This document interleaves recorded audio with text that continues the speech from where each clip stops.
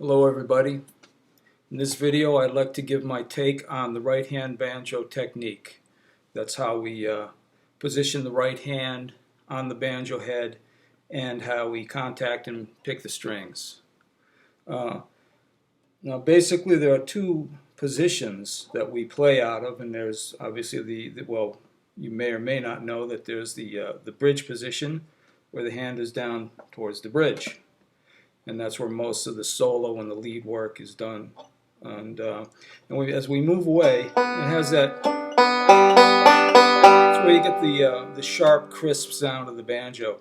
And as you move away from the bridge, till you get up to the neck, the tone of the banjo really changes to a more hollow, deeper, rounder sounding noise. Noise it is sometimes too. And up here is where most of the rhythmic accompany work is played at the neck joint. Now,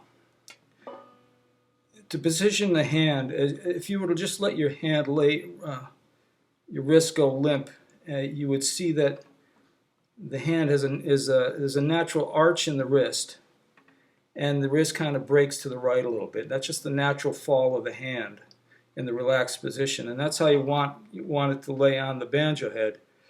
And with the banjo right hand, we take the two fingers, the ring and the pinky, and we place them right on the head.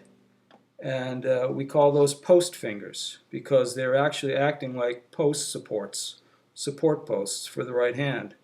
The other point where the right hand is supported is back here at the forearm where it lays on the armrest.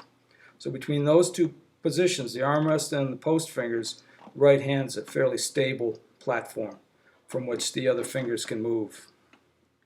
Now, from this angle, you'll also see the thumb.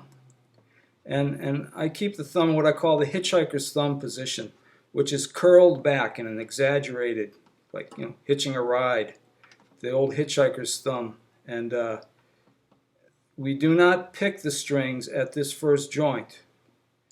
No movement there. It's kept curled back, and all the picking action of the thumb happens back here at the wrist, where the thumb meets the wrist, and the thumb itself is kept in one arched condition there. And there's a reason for that, which I'm going to explain. Now, each of the fingers has a certain range of strings that it controls and it picks. Now, in basic bluegrass, the middle finger will always pick the first string and nothing else. That's its only worry, is that first string, and that's what it'll play. The index finger will play string number 2 and string number 3, but no other strings. It will not pick string 4 or the first string or the fifth string ever in basic bluegrass. In certain advanced techniques, we do different things, but not in the basics, which is what we're dealing with now. And the thumb can handle strings 5, 4, 3, 2, but it will not go out to the first string. So it has the largest range, 5, 4, 3, and 2, index handling strings 2 and 3, and the middle handling string 1. Now, in this proper position, with the hitchhiker's thumb and the wrist kind of breaking to the right a bit, each pick has its own lane, if you will, or glide path along which it will move, such that the thumb and the index will not interfere with each other. They will not trip over each other or get in each other's way. But if we were to get sloppy and maybe curl our hand inward to the left a little bit, or maybe not keep the hitchhiker's thumb, there's a condition where your thumb and your index can kind of get in each other's way and trip over each other. But with the right technique, that will not happen. Each pick has its own lane. And so that's why I consider this hitchhiker's thumb important. Now, I believe that handles just about everything from the front view. And I'd like to try to show you a good side view here. And hopefully you can get a good look down there and see my picking hand. Now you can see the post fingers planted there on the head. Now, not everybody can keep both fingers down. The way your tendons come together in your palm, sometimes when you go to pick the middle string, your ring finger wants to go along with it. They can't wiggle free. And if that's a problem, that's okay. Just let the ring finger do what it wants, float free, if it's easier for you to pick. Or maybe sometimes it's the pinky that gets to be the problem, in which case keep the ring down and let the pinky ride free. But keep at least one down, both if possible. Now, and also you can see that the hand itself is level to the banjo head. And there is that arch in the wrist. Now, the fingers pick. We have this first joint down here near the pick. There is no movement there. We do not pick from that joint. That's kept in a natural, like, inward curl. And all the movement of the fingers happens back here at this middle joint. And that's for both fingers. And the fingers pick inwards towards the palm of the hand. And obviously the thumb, with its hitchhiker's thumb, in an opposing motion, picks down the strings. And because of the hitchhiker's position, the other advantage of that is that the flat edge of the thumb pick will hit flush against the string.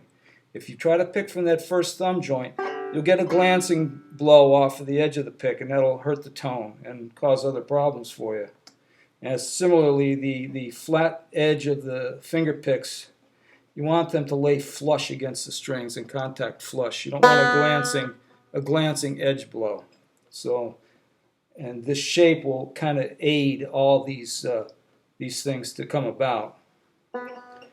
Now, I believe that covers just about everything, but I would say that in the beginning, when you're learning to play, and as you're practicing rolls and licks and stuff, you'll have a tendency to get a little sloppy in your right hand position, and you may wonder why it isn't sounding so good or why you're having trouble hitting strings. And if you look down, you may notice that your wrist is slumped, or maybe your hand is not breaking to the right, it's actually turning into the left, or maybe your hitchhiker's thumb, you're not using that and you're trying to pick from the first joint. And that's just natural to have happen. So for that reason, I find it very useful to be very, very mindful, very consciously aware of the position of your right hand while you're learning, while you're getting started, to ingrain this technique into the muscle memory of your hand and get it into your mind so that that will be the natural shape that you automatically go to when you go to play the banjo. And so if you do notice any bad technique, correct it immediately and just keep playing. And be very mindful of your technique as you're going along. And it'll pay off big time down the road. So that's my technique for the right hand. And so as you play, you can see that there's very little motion of the hand in the fingers as I play.